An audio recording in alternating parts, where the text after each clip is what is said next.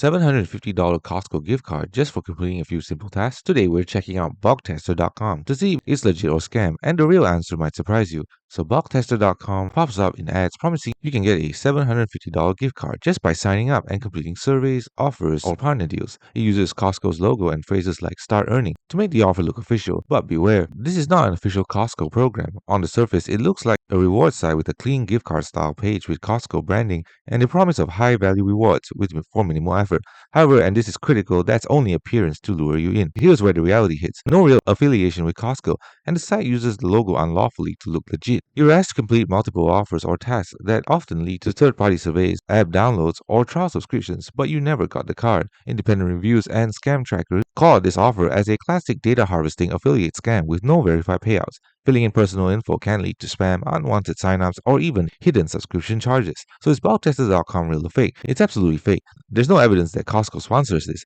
and the gift cards offers are a deceptive lure to get you to hand over personal data and complete deals that benefit the scammers, not you. Thanks for watching. Don't forget to like and subscribe for more videos.